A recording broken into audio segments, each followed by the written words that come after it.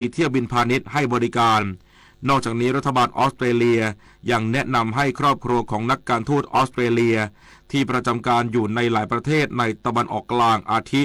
จอร์แดนกาตาร์และสหรัฐอาหรับเอมิเรตส์สามารถเดินทางกลับได้ตามความสมัครใจทั้งนี้ความเคลื่อนไหวดังกล่าวเกิดขึ้นท่ามกลางความกังวลที่สหรัฐประจำการกองกำลังทหารครั้งใหญ่ในตะวันออกกลางก่อนการเจรจาประเด็นนิวเคลียร์ระหว่างสหรัฐและอิหร่านที่นครเจนีวาของสวิตเซอร์แลนด์จะเริ่มขึ้นในวันพฤหัสบดีนี้จบข่าวพฤษแก้วพิบูลอ่านรับฟังข่าวครั้งต่อไปเวลา 15 นาฬิกาติดตามข่าวที่นำเสนอไปแล้วได้ที่ www.thainews.prd.go.th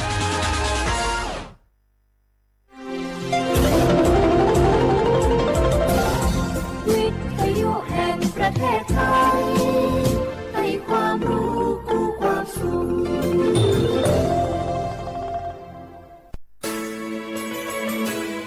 สถานีวิทยุกระจายเสียงแห่งประเทศไทยจังหวัดเชียงใหม่ AM 1476 กิโลเฮิรตซ์สถานีวิทยุภาคภาษาชาติพันธุ์แห่งเดียวในประเทศไทยที่มีความทันสมัยเชื่อถือได้สร้างอัตลักษณ์กลุ่มชาติพันธุ์สู่สากล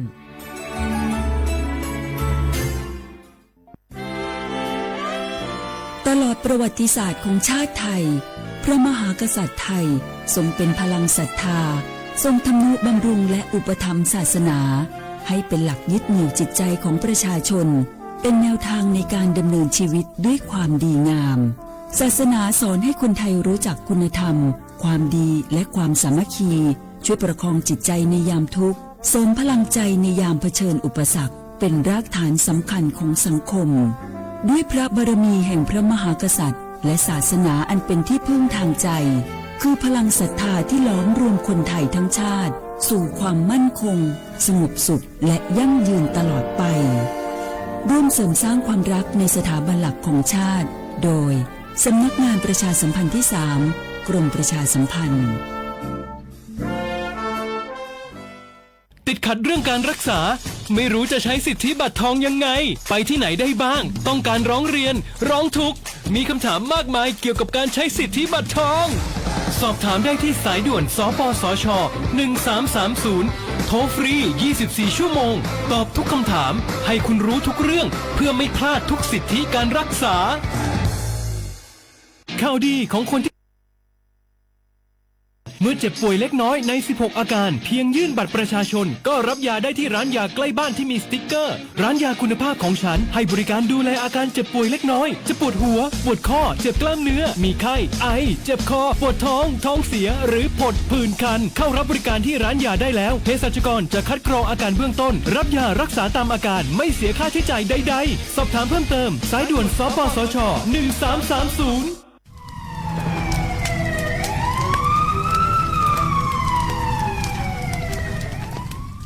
下话我们啥子怕面我们家多去出边面嘛我们家吃懒来自己别人啊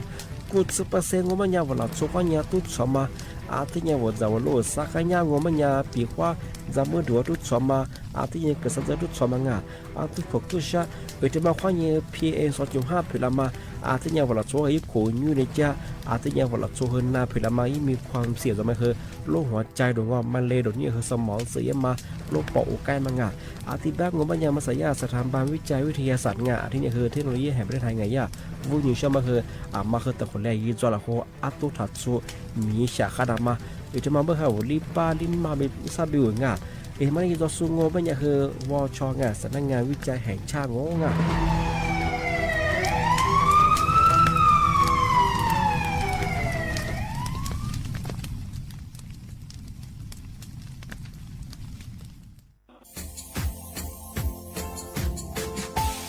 ชาว่าบราวัฒมาปีใหม่อาทิตย์สุดตาจินชาวมังมันยังไงอามุสาจังหวัดเชียงใหม่ควายถึงมาปีใหม่ปากไก่ฝรั่ง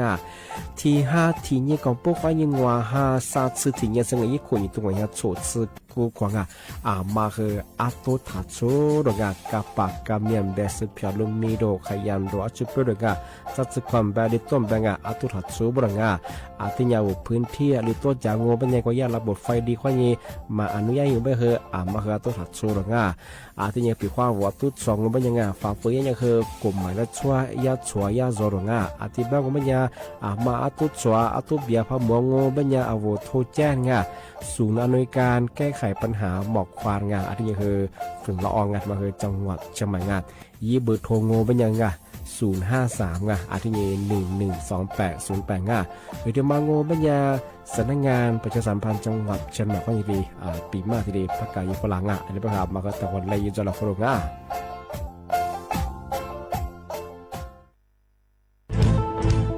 เชียร์ว่าบุกมาสนใจลงโฆษณา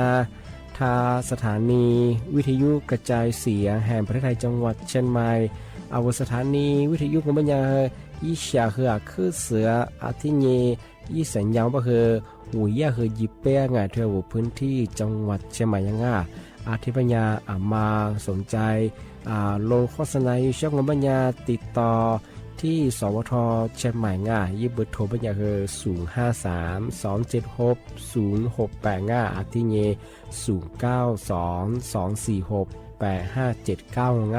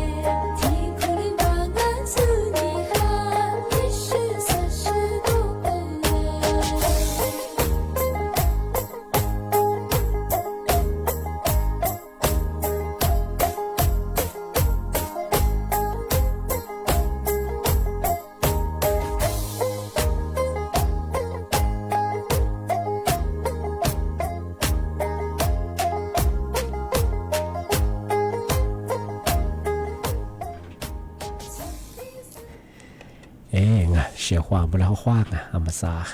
นี่โมควายนี่3 โมงอ่ะเอาลิซุง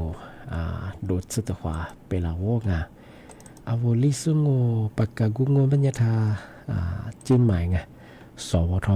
เชียงใหม่บ้าฮือดาวไงมางาชื่อสถานีวิทยุไงกระจายเสียงแทนประเทศไทยจังหวัดเชียงใหม่ว่าโดยจ้างอาทิตย์ท่าวิทยุว่าโดยจะมางบัญยังไงยิ่งครึ่งความถี่อย่างที่ตัวลี่ยาชิดสุดโจโจยาตัวละที่นี้ยี่ระบบบ้าฮือไง AM ไงนี่มีที่นี้งบัญยังไงเอาลิซูบ่าวมันยังคือที่5 เซนยังไงนี่มีถึงบ้าฮืออาโซนี่ยี่คนยี่ตัวยี่จะโจกทำไมครับว่าลิซูบ่าวบ้าครับว่าคือพัฒกะบ้างไงอันนี้เป็นว่าถ้าบ่าวมันยังคือยี่จะโจยังไงนี่มีถึงบ้าคือหนาลีเนี่ยเส้นไหนบ้าคือหนาวันนี้บ้าคือวันนี้บ้าคือหนาโจยังเป็นราชการหนาโจยังเนี่ยบ้าคือวันหยุดราชการของงาอาชีพเราเฉพาะนั้นยิ่งพลังเอารายการลิสงอต้องมาคือที่ยิ่งในตัวมันว่าชื่อเมียมัวตัวมันนั่นยิ่งพลังเป็นไงเอารายการลิสงอต้องมองว่าเนี่ยที่ยิ่งในตัวที่ยิ่งมาคือหนีเวลาจะเชื่อเขาบ่แน่ที่เวลาแน่ก็คือที่แน่สมมความยิ่งจิ้มตัวคนดูไงว่าที่ยังว่าชาวบ้านโอ้แต่คือสมมอย่างว่ามาตัวแล้วดูไงอะไรเห็นโมกุโมตัวเอกเห็นมุกกูไม่ได้ข้อเนี่ยขึ้นยาฆ่าเพราะจำนะเบอร์ในยินฝรั่งทำไมจำมันได้ช่องไงที่เห็นมุกไม่ใช่ที่เอารายการขางเห็นมุกคนยิ่งกูมุกอันนี้แบบเอารายการลิสุญญาเนี่ยโฉมมุกคนยิ่งจิ้มมุกอันนี้แบบจิ้มมุกคนยิ่งแปะมุกมันยังจะย่าข่าวส่วนกลางไงส่วนจอยี่จิ๋วคนยิ่งข่าวมาทีเลยรายย่อยช่างที่ย่ารายการพิการจะช่างไงอันนี้แบบในแบบจิ้มมุกเกิดความยีเห็นมัวตัวเชียงอะไรกันที่สมงอันนี้แบบจะยาวกสทชยี่เจียวความยีทีเดียจัดเชียงอันนี้แบบสมมุกความยีจิ้มมัวจากฝรั่งเอาสมมุกความยีจิ้มมัวพอมันเดินก็ไปยันเดินสักว่าที่เวลาจะมาอย่างคือสติมุกความยีสื่อมุก5 ทุ่มถึงเที่ยงคืนสักว่าสติมุกบางคือก็มีแล้วบางคือบางคือตากัวชงบางคืออย่างคือก็เนี่ยบางคือชมมุกวันนี้จิ้มมัวเนี่ยเบทีเบชงอันนี้บางคืออันนี้กว่าเราอย่างก็แต่ว่าอย่างคือจิ้มมุกเกิดวันนี้เห็นบุตรที่ตัวชงบางคือยาที่ปากกุลามันอย่างละอะไรเนี่ยอะไรที่โคนี่คุยกันที่เราชงอันนี้บางคือมันเกิดจากที่เรามันเกิดจากจิ้มมุกเกิดวันนี้เห็นมัวอันนี้แบบอีเวลาจ่ายสิ่งแบบที่หนีโมความยี3 โมงอันนี้ก็หลายอย่างคือจิมุกเกิดความยีเห็นโมเนี่ยมันเกิดด้วยสิ่งแบบจ่ายละมาละที่อะไรยีโคสุดๆที่กลุ่มสุดๆยีโคเป็นดอกอันนี้เป็นอย่างคือที่นาทียังนาทียังว่ายังไหนเนี่ยสิที่ยี่เลยทีเดียวโดยอย่างเนี่ยจบโมความยีจิมุกเดี๋ยวความโดที่มูลงมันยังคือหนีมุกความยี3 โมงมาคือนาทียังว่ายังไหนเนี่ยสุดตัวอย่างถ้าวิทยุความยีโดยจากงานที่ถ้าไลฟ์สดความยีคือที่ไลฟ์สดยาวเอาเฉพาะว่าคือวิทยุว่าคือแต่ก็ตัวยังคือมือก็พันเรียกว่าคือยี่สิบคือละมาสที่ทวนลาที่ดาวดวงทำไมเป็นอย่างคือปีว่าวันนอกอยู่บ้านจะว่าคือมีเราหาเยอะมือขึ้นเรียกว่าเนี่ยที่ก็ตัวคือที่เล็กก็เรียกว่าเฉพาะว่าปีว่ามือเรียกมีเราหาเยอะคือเอาบอกว่าวิธีก็ยังคือยี่สิบมาคือเงาะที่ทวนลาที่ใช่ไหมแต่มาคือจะมาแต่ปีมาเช่นกับชาวนามีอย่างนี้บ้างคือสมมติว่าถ้าวิทยุนั้นจะสู้คือขึ้นยาแบบฝรั่งแต่ก็ตัวเป็นอย่างคือเสือลงมีอย่างนี้บ้างคือที่มุลคือเนี่ยในไหนพวกในที่อาจจะเสือบ้างในสมมติว่าเนี่ยจิ้มมงที่มุลบ้างคือแต่ก็ตัวเนี่ยเสือมาคือที่เหลือแต่จบลงแต่มาเรื่องรายการวิทยุอันที่บ้างว่ามันยังเชื่อข้อแต่มาจะเชื่อว่านั่นคือที่มาปีมาอาทิเสตาจีนใช่ไหมมายี่สิบตัวประกาศอย่างปีมา เอตมางมันย่ากองบัญชาการตำรวจไงสอบสวนกลางที่ตโนย่าที่แกนคอร์เซนเตอร์งอมิชาชีสแกมเมอร์ดิจิทัลว่ากันยาสุงอย่าที่ดีแจ้งเตือนฝรั่งเอาถ้าไม่สู้ไงมาคืออัติญาฝาละอัติญาจามอไปถึงกันเอาถ้าไม่สู้บ้างมาสักคือเอามีความยิ่งจ้าสู้เอาถ้ามีคนแน่แย่มันก็ใช่ว่าต่างประเทศแย่มาคือมาคืออัติญาจามอไปถึงอาชีพเรื่องจามอเป็นอย่างคือเอามาสาริยากลุ่มมิชาชีไงหลักสมบัติเขาถึงว่าคือทีนี้ก็ทีนี้ที่นี่ก็ยังความเกิดจากงานของงานอธิบายย่าที่หลายสิ่งไงที่ผมบางงานว่าต่างประเทศโคเตียเนี่ยมีเจ้าบรงงานบาเพียงก็เป็นอย่างคือไม่เอาว่าสิ่งไงว่าปีว่าถ้าเนี่ยบัดถึงมาคือที่มึงว่าตัวบ้าต่างประเทศไปยังบ้านโนต่างประเทศบัดถึงมายี่ละมาคือโนถ้าเนี่ยบาสามพันสี่ละมันสว่าเป็นไงอะไรลีดสี่เท่าสงบแต่บัดที่เกิดตัวบ้าคือยี่โอทีซ้อนเนี่ยคืออะไรแสนสมเป็นยังไงทำไมยาวัตถุว่าเราสิ่งไงจะอีโฆษณาอย่างสิอาจจะเป็นอย่างคือมาอาจจะยังใจยังไงบางอย่างเป็นอย่างคือสัญญาเตยยังมังยี่ว่าถึงมังเป็นอย่างชกงานปีขวัญโนพัดเย็บนมือยี่หมกก็คือนุ้ยทักษะมันจะคืออาชีพมันครบลงก็คือยี่รายได้งอวัดเป็นคือมีอะไรที่เรียกว่าที่เรียกเกือบลงเห็นไหมคือเอาคือตั้งใจยังไงเอามือคือก็ยิ่งกูทักษะคือมันจู่ผู้บาดก็ทำไมสว่าอย่างทำไมเอาเขาจะใจยิ่งไปถึงมันคืออย่างยี่สัญญาเตยถึงยิ่งมาถึงมังเป็นยาปีขว้าวันพระโคเตียงมากกว่ากับกี่ขวัญยี่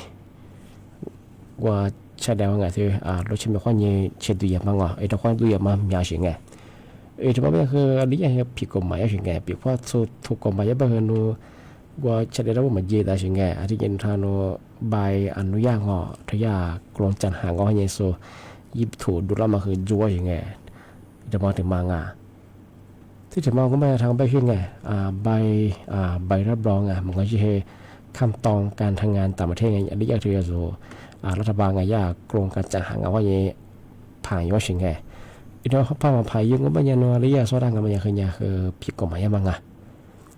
อธิบายงเป็นยังไงเอาพายิงงเป็นยังไงมีความเสี่ยงยังไม่เคยไงแล้วกลิ่นด้านมางงเป็นยังคือยุติมันก็คือเอาละบังคับใช้แรงงานไงนั่นแหละมียี่เจ้ามางมาเกินนาตีเจ้ามังอีกมาถึงมายี่มาถึงมางอปัญญาเนี่ยเราโหเตี้ยยิ่งกว่าย่าหลัดชุยเจ้าเฉยแกนคอร์เซนเตอร์ว่าจะเป็นลักเกิดจะมาสุดโทฟูเจ้ามังหลัดโทดิชีเจ้าเฉยนี่ละสามารถถึงมางอปัญญาว่าเปงอปัญญาแบบนางจากว่าหิกว่าชาบินี่คือโทรศัพท์คือมาเกี่ยวว่าโทรศัพท์คือยายืดยังไงยาแต่ยังเรายึดไปไม่จงคือเพียรเตะถึงงานจะมองว่ามันจะคือมีความเสี่ยงเชื่อเขาบางปีว่ามาเอาต่างประเทศมีความเยี่ยมก็คือที่ชีแล้วพอจิตจงว่ามันจะคือมาขยันมีติดชอดดูหลังว่าจำมองถัดยิงพอยิงไปคือมันจะคือขึ้นยาชิจุเหลวที่จะมองว่ามันยังเอามาจีก็แทงมันจะก็แทงว่าเนี่ยเอามาแกล้งกันยังเอาในจ้านมายี่ข้อมูลหล่อที่สอบถามยี่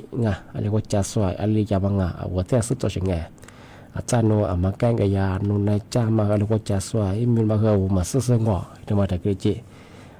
ที่ถึงมางอเป็นยาสัญญางอสัญญาจ้างมางอนั่นน่ะมีโคตรจ้างยาให้สัญญามาครับมีโคตรมาคือตัวนี้ไปเฉยเอาว่ามาจีก็แทงยี่มาถึงมางอเป็นยาใบอนุญาตมันก็คือขออนุญาตผ่านการโครงการจัดหางานว่าอย่างคือจัวสิไงถ้าอยากรัฐบาลว่าอยากโครงการจัดหางานว่าอย่างขออนุญาตอยู่ว่ายี่ถูจัวสิไงมาคือถ้าพระมหาจงมันอย่างคืออันนี้อย่างสร้างมาคือ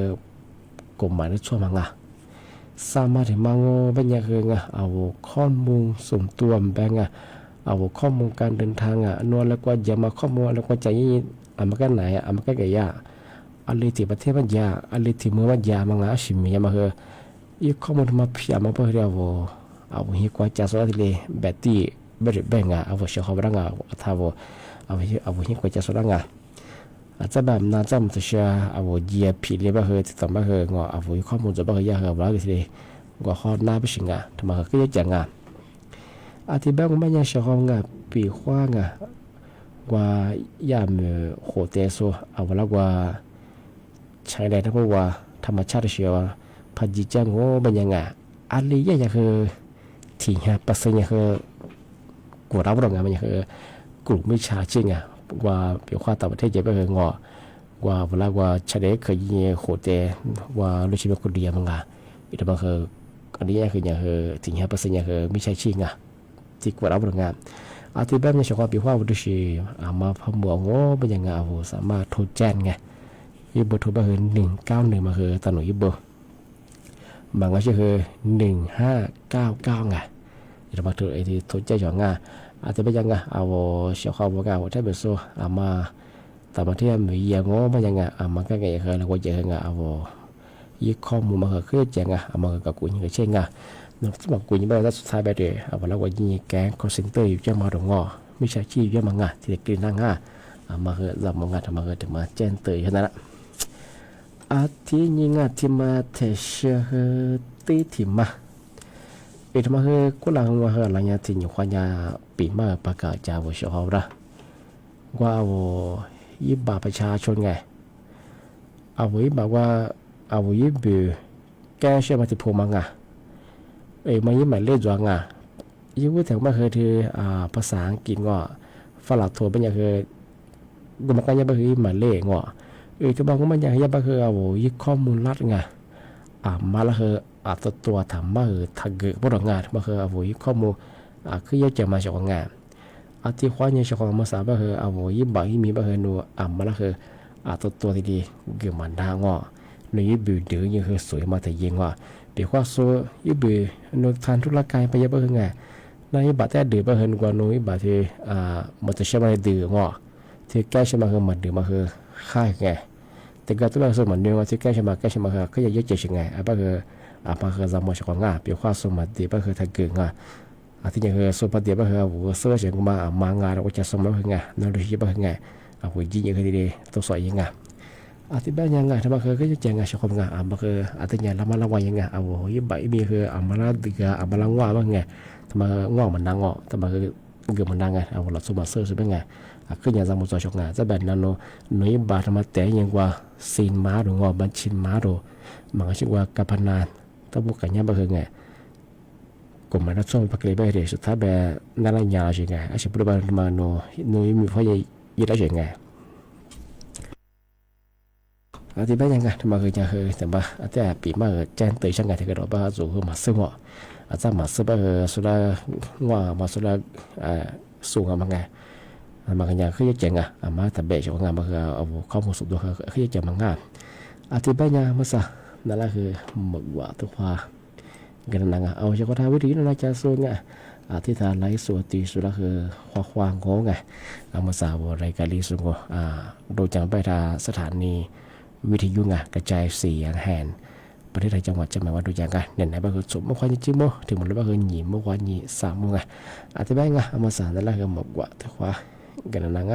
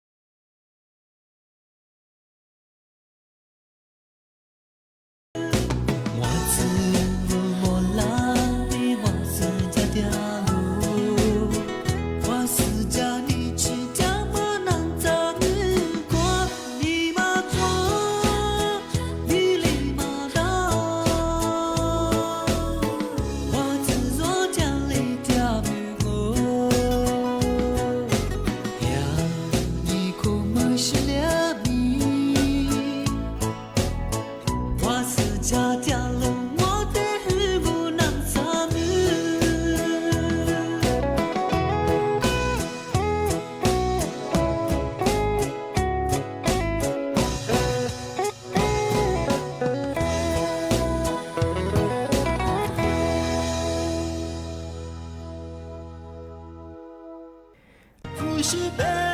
马呀的花哦，不是白。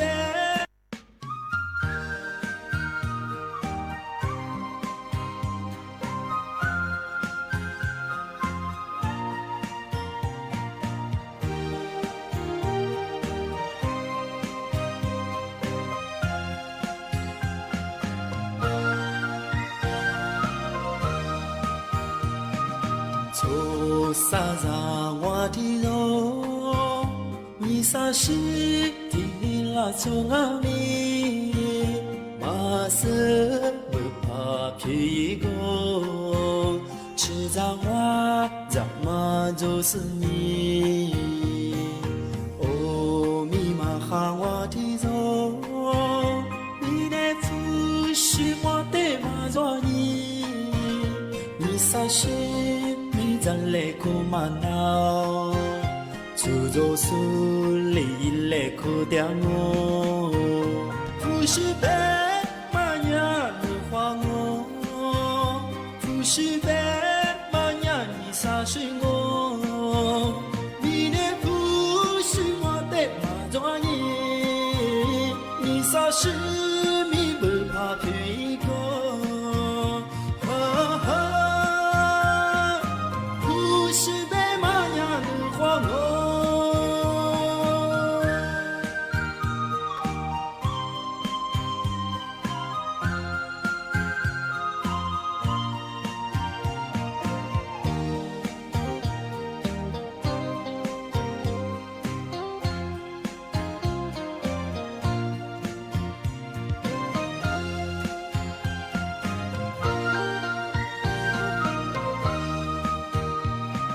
错撒让我的肉，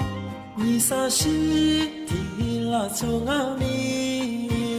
马色不怕皮工，吃脏话怎么就是你？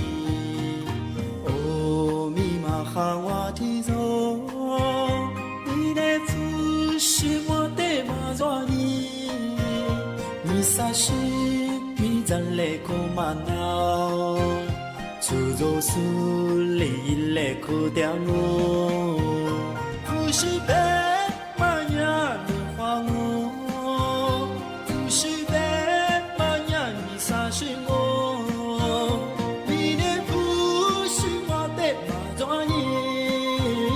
你杀死你不怕皮哥。不是白马呀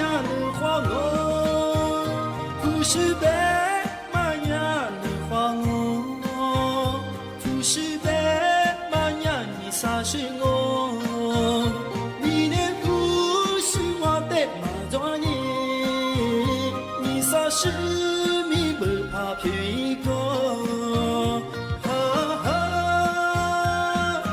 不是白马呀你花我。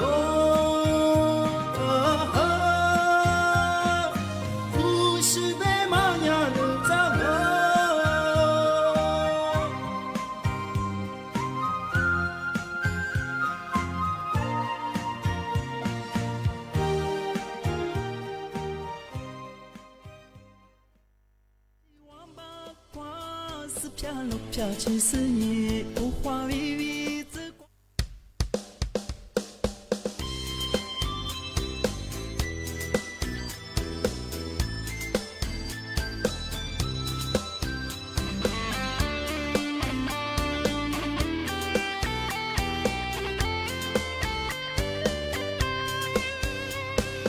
哇，你那么你是几几绕？阿次在带里你暖呀，马的咱喵喵比我老嗲，浮华没脸呀一浪哦。哇，你那么你是几几绕？肉提马提木瓜嗲阿米，你是奴肉啊是你他下，浮华没脸呀一浪哦。我记王八瓜是飘落飘起思念，无话微微只管我一浪哦。是死我老天，浮华没两年，你让我你在一浪哦。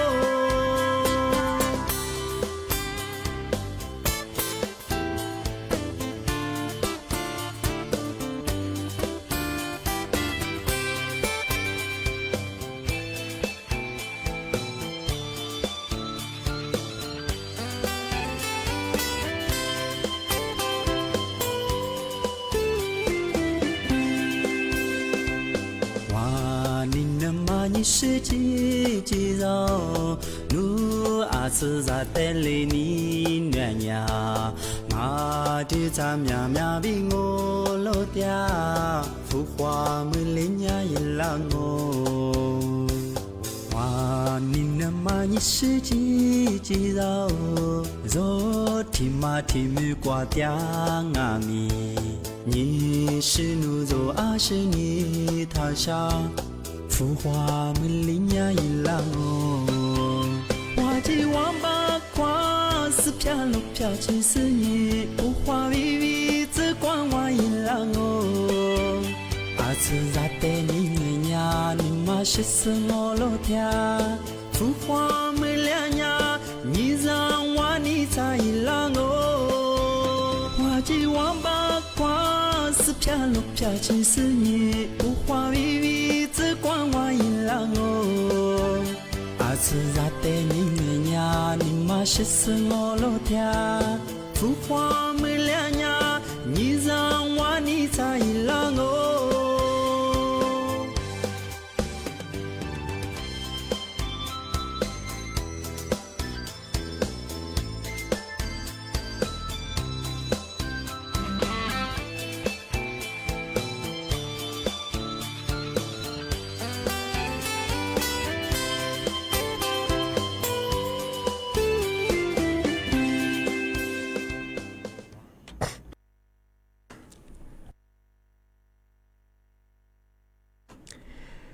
ที่ยิ่งอาจจะมาแต่เชื่อที่จะมาปีมาแต่สุดท้ายจริงช่างแต่มาคือกว่าเราว่าคือมีความยาวกว่าประกาศยาวไปช่วงงานเอามาสั่งว่าไม่ใช่ว่าจังหวัดเชียงใหม่ความยิงมาคือในเมกะโปความยิงว่าฮาในเมกะโปความยิงว่าฮาซาซที่เนี่ยซอาโตมาเกิดชัวแบบที่เด็กขึ้นเนี่ยประกาศปีมาจากช่วงงานปีว่ามาอัตโตปัจจงเป็นอย่างคือแต่มาคือกรมหมายรัชวะพันยามเมืองและพันจุมเลียงเป็นอย่างคือดำเนินคดีตามกฎหมายกฎหมายสิ่งแวดล้อมหรือกฎหมายป่าไม้ที่ชื่อว่าเนี่ยเวลาที่เรียบร้อยอธิบายว่าเป็นอย่างมีจะส่งเป็นอย่างมาตู้มัดสมัดดาตู้อยู่ว่าเป็นอย่างรถระเบียงระบบไฟดีที่เรียบร้อยที่ว่าของจังหวัดเชียงใหม่อาทิตย์บัญญัติช่องมาคืออัตโตรัดช่องอัตโตก็ปัจจุบันบัญญัติคืออัตโตคู่เมียบังคือยี่หมอกควานอัตโตคู่เชือกกัมพูชีได้บังคืออากาศคือมาข้างบังคือรัดช่วงบังคืออาวุธชาหายาอาวุธยี่ปอคือที่เรียกอาวุธชาหาดีบังคืองอบังคืออาวุธยี่ปอสุดๆอาวุธกูเดียวกูเมียคืองอนาคือเผื่อหน้าปรองานยาบังคืออาทิตย์นี้คือปีขวายี่ฆ่าพี่เอ็นมางอคือพังยาบังคือมีความเสียไม่คือเอาโรคหอบใจมันเป็นไงที่ยังเอาสมองเสียมาหรืองอที่ยังคือที่เอามะเร็งกินน้ำเป็นไงที่เป็นควายยี่ฆ่าพีเอ็นมาขึ้นในขึ้นพันยาบ้าห้องที่บ้านยังคือไงเอามาสาโซมาคือไงอันนี้ตัวคือตัวหลักสมบัติดีปีมาประกาศยังไงช่องไง